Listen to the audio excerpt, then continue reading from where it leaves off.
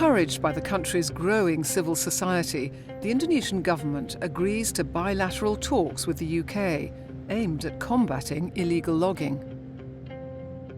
Lalu dari David, ya saya ingat, saya lupa namanya, oke kita kembangkan proyek kerjasama.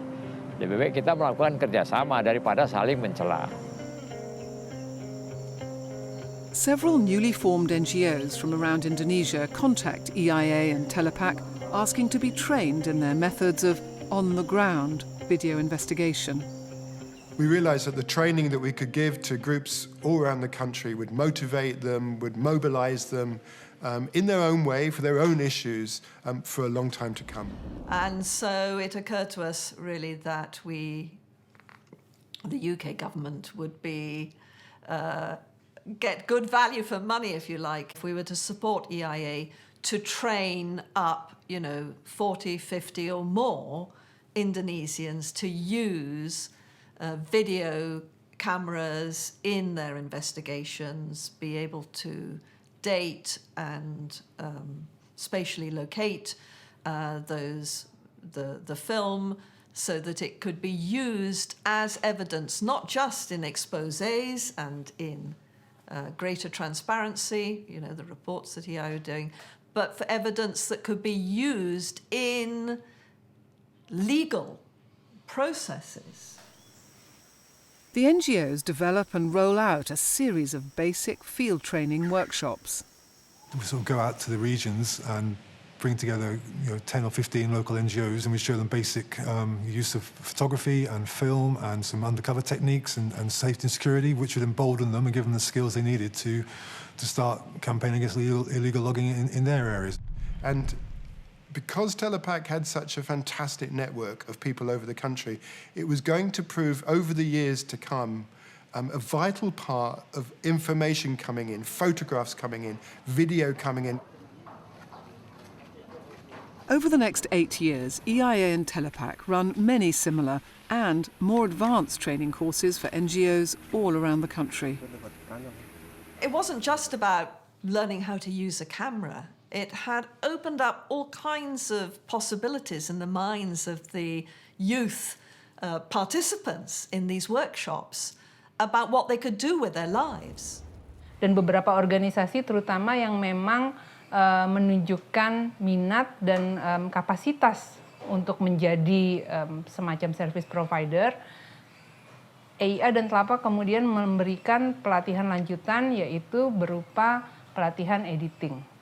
Sehingga mereka bisa mengemas informasi-informasi dan bukti-bukti yang mereka peroleh dari investigasi lapangan mereka menjadi produk kampanye yang bisa dilakukan untuk kampanye mereka di tingkat daerah ataupun nasional ataupun internasional sebetulnya. Over the next year, EIA and Telapak dispatched teams of investigators on numerous field trips to Sumatra and Borneo.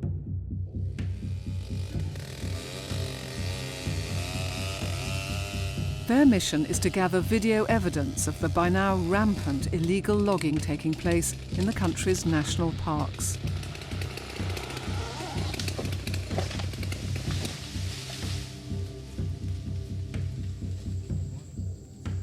One team returns to Tanjung Puting to see if illegal logging in the national park has stopped or tailed off following the release of the final cut. As their investigation comes to an end, events take a turn.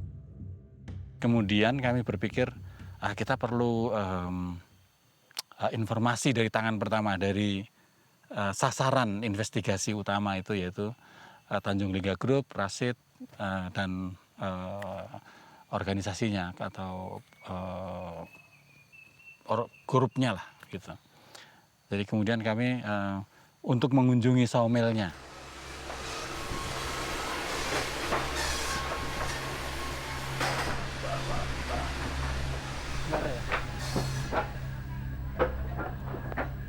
Going to Java?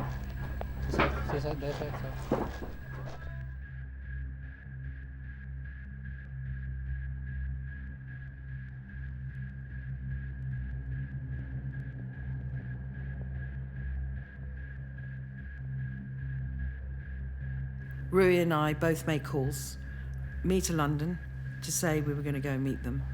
And he rang the office in Bogor with Telapak. And we got into this Jeep, the doors locked, and off we went. And we ended up at the Tanjung Linga office. Berhenti di depan, terus masuk, ada tangga naik ke lantai 2. Jadi kami ke lantai 2 dan kemudian disuruh masuk ke ruangan di situ. Ternyata itu ruangan kerja Sugianto. Dan disitulah tiba-tiba kami tahu bahwa kami bukan akan berbincang-bincang atau interview atau apa, tapi justru disekap. The minute he saw Rui, he went ballistic. He went absolutely ballistic and said, "You lied, you came into my warehouse, you did this, you did that."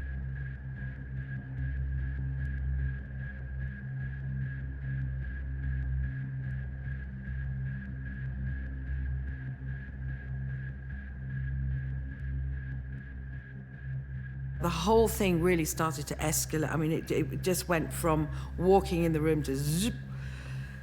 There was a lot of violence.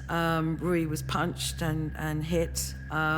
There was a lot of shouting and screaming. Dipukuli, barang-barang direbut, dirampas segala macam ya. Jadi itu dipukul dan diinjak berapa kali, ditodong. But the moment I really thought we were in real trouble was when Sugianto picked up his pistol and he slammed it down on the desk in front of us. And he said something like, "I can kill you now, and me, I will just go to jail, but I'll be alive," or something like that. And, you know, by this stage, I was really, I won't lie, I was absolutely terrified. Nah, di situ ada perasaan, inilah akhirnya hidupku gitu kan, semacam itu. Tapi mungkin hanya sedetik, 2 detik. Mereka merasa menguasai seluruh aparat ya. Polisi, tentara, pemerintah itu berada di bawah kekuasaan, di bawah kendali mereka. Jadi mereka, kita suruh polisi untuk sidik, untuk proses mereka biar mereka di penjara gitu-gitu.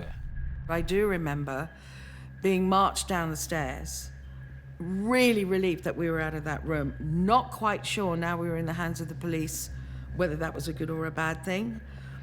And they had a flatbed police truck and they put us on the back of that. And I was very scared then because I thought someone might shoot us or kill us on the way.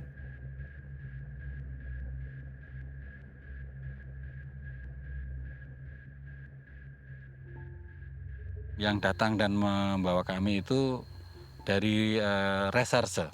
Tapi ternyata syukurlah bahwa meskipun nampaknya pada saat itu semua sudah dikuasai dan dikendalikan oleh mereka, oleh grup ini, tapi ada sekelompok kecil polisi ini, unit reserse ini, yang tidak berada di bawah, mungkin tidak mau tunduk pada keinginan, kehendak, perintah dari grup ini. Jadi mereka justru bukannya memproses kami dan menahan kami gitu ya, justru malah melindungi kami di situ. Yang pertama saya telepon adalah Minang ya, jadi mungkin waktu itu protokolnya memang begitu, jadi kontak poinnya gitu saya kemudian kasih tahu Minang. Terus kemudian komunikasi rutin bisa terjalin sehingga bisa share cerita, laporkan apa yang terjadi, dan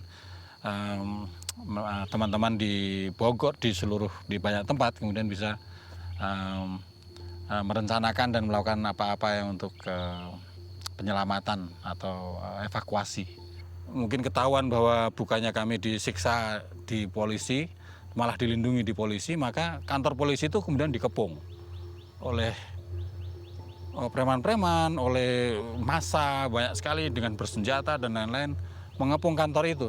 On the second day, when Sugianto's lawyers came with a film crew from a television station, we realized then what it was that they wanted from us. They wanted me to go on television with Rui and say that we had lied and that the final cut was all lies and we'd made it up, and that in fact Tanjung wasn't doing any of these things. Now that I knew what they wanted, I knew I wasn't going to give it to them. And what we did was, I told them that I was not in a position to make a statement like that without permission from my board. And they bought it. And so that was when it started to, I realized we may be able to get out of this. Selama 3 hari, jadi kami nggak bisa keluar, dan polisi-polisi itu juga nggak bisa keluar. Jadi itu situasinya yang terjadi. And the situation has deteriorated again.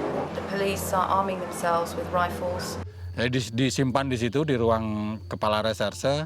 Kalau mau ke toilet misalnya, itu ada polisi atau petugas yang bawa senjata, nganterin sampai ke pintu, gitu-gitu. Jadi waktu itu emang sangat sangat. We've just been told that they are going to mobilise the Navy and military troops in order to help get us out. Kantor polisi itu kemudian dikepung oleh preman-preman, oleh massa, banyak sekali dengan bersenjata dan lain-lain, mengepung kantor itu.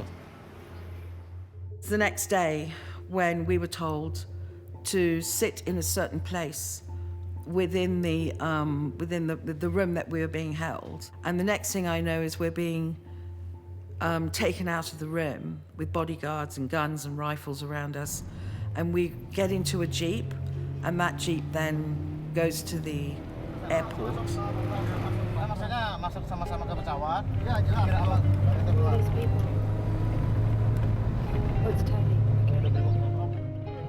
We got to the airport, and there were a lot of people standing alongside the runway, and there was the sight of this wonderful little plane.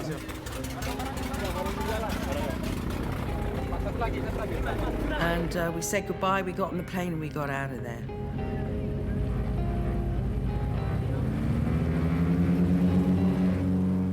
It wasn't until afterwards that we realized exactly what was going on behind the scenes and how many people were really doing so much to get us out and to save our lives.